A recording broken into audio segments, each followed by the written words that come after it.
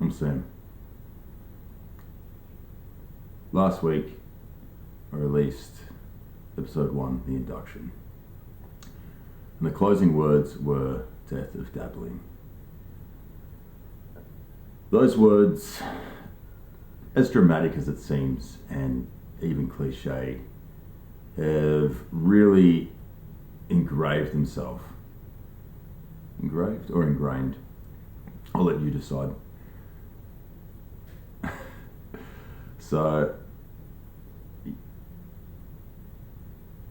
it's since the crash, it's been very much on my mind that I haven't pursued photography to the fullest. And it's something that I've always wanted to do, as I mentioned. And I don't even know what the end result is.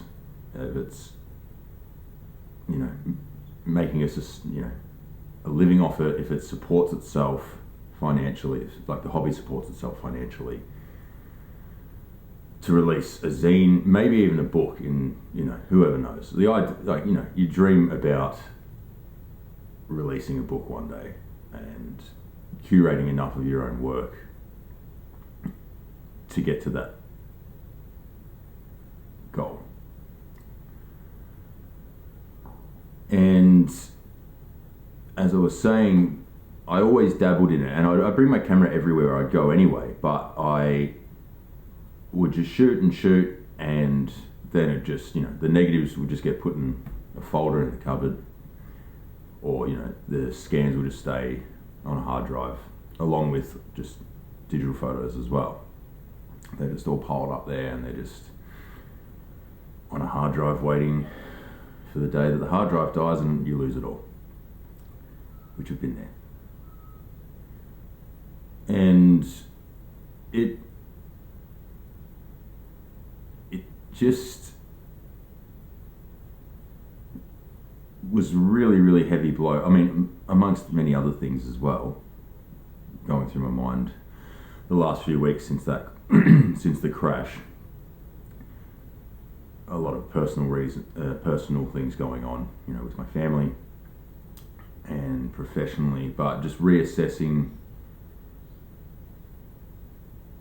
what values I have, and giving the passion, the respect and time it deserves. And I really, whether it's something I'm just playing through my head a lot at the moment, or if it's really something that has changed, I think something has changed since then. And I'd like to believe it's changed for the better, but the words death of dabbling is not just photography related, but everything. It's just not giving 100% when to things that should be given 100% all the time. And funneling out the smaller things that take away from being able to give everything into those disciplines or aspects of life. So hopefully this YouTube platform that I've started on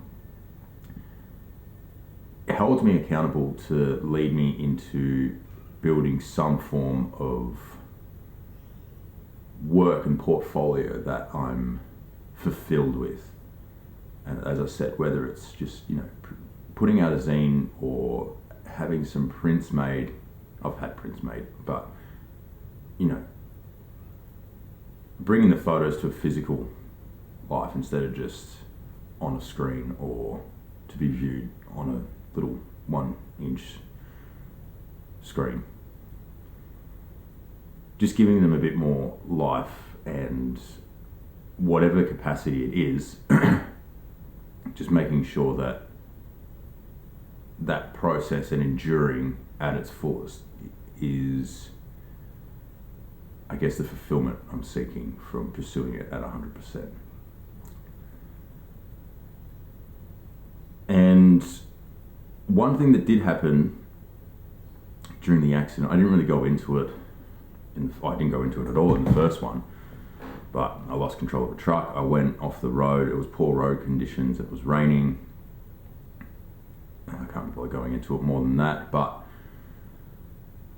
when I was in the truck, luckily the seatbelt held and I didn't go through the windscreen, but the truck was on its side and I had to kick my way out because I couldn't open the door because the cabin had compressed. So I managed to kick my way out through the windscreen, and then I ran to the road, and there was the guy who was driving behind me pulled over and called emergency services. I was just checking it was okay, and as I said last time, I was very lucky to walk away with nearly no injuries. And then I was like, I need a call. I needed to make a call, I needed to call my wife, I needed to call my father-in-law who I worked with and let him know what happened, but I didn't have his number off the top of my head, so I couldn't just use their phone. And I went back down to the truck to look for my phone because I just left everything behind because I just wanted to get out of there, obviously, as you can imagine.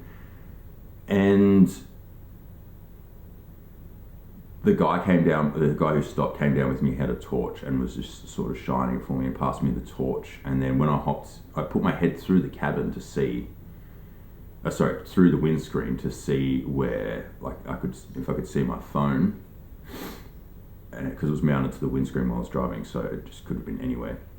And I couldn't find it. The first thing I saw was this, my F3. And I was like, oh fuck, my camera, that's gone. And I bring that with me everywhere I go. Every day I have it with me, regardless. It's just in the passenger seat if I'm driving. And then I'd stop. If I saw something worth shooting, I'd just pull over and shoot. I had a bit of flexibility with what I was doing, which was really nice. And then before getting into driving, I'd just bring it everywhere with me, regardless. It was just always with me, and it's sort of become a crutch, I guess. And yeah, I saw the F3 sitting there. It didn't have this lens on it. It has the 28 on it, but I saw it sitting there, and it was covered in glass, and it was covered in dirt as well, because it was on the passenger window, which was broken and had dirt in it now as well. So it had flown off the passenger seat and then rolled around in the cabin and then made its way to the bottom and was covered in glass. I was like, oh no, it's done. But that was the first thing I saw, and then that was the first thing I grabbed. I was like, oh, this is the most important thing in here, I'm taking it out. And then I saw my bag, so I grabbed my bag and chucked it in my bag, and then I couldn't find my phone. And then when I got home, I cleaned the camera and I was like, this is not going to work. And surprise, surprise, it works. So it was nice seeing that survived along with me physically surviving. But I have taken that on, it's dramatic and cliche, but I feel that was a sign to, after this traumatic event that happened where, I genuinely thought I was going to die. Like when the truck was rolling, and the truck, just the way it worked out, it swerved off the road the way it did, and the truck was a metre off a tree. So the cabin would have been crushed by a tree if it moved a metre further. So I don't know, me physically surviving, and then the first thing I saw when I went back to the truck to get my stuff was my camera, which is, materialistically my most valuable possession. Like I said, it goes everywhere with me, it's a part of me. And it works. The lens is a bit touch and go, optically it's fine, but the aperture ring and the focus ring are a bit clunky now. But that's not really important. The point is the camera survived, and then if looking at that as a whatever you want to look at it or call it, but it feels like it's a sign to me that it nearly all ended, and then this is what the first thing you saw that was left, which was my Nikon F3. So that was, to me, like, even in that moment, like, there was a lot going through my head, but I just had like a split second. I'm like, fuck, like, this survived. This needs to be put to work. This needs more. And that's where it's left me. So yeah, that's, oh, damn fine coffee. That is a more in-depth rundown of how we got here, and I will in future be talking more photography and, I guess you could call it, philosophical themes around photography, but just around life as well. And that is pretty much what I want this space to be, is where I just hold myself somewhat accountable and in tune to staying photography focused, and also giving myself a space to reflect upon everything that comes up through that. So yeah, I'm keen to see where this goes. Godspeed.